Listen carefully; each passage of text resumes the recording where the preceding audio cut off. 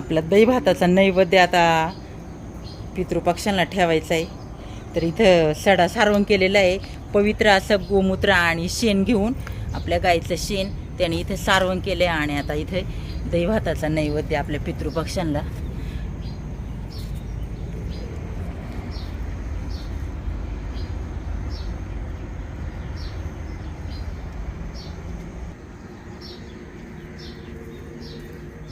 तर इकडं आता आपली अगरबत्ती पेटवलेली आहे, धूप पेटवले आहे आणि छान असा लगेचच्या लगेच अगरबत्ती आणि धूप याचा सुगंध सुटलेला आहे. सगळीकडे छान असा अगरबत्तीचा आणि धूप पेटवली ना त्याचा सुगंध दरवळत आहे.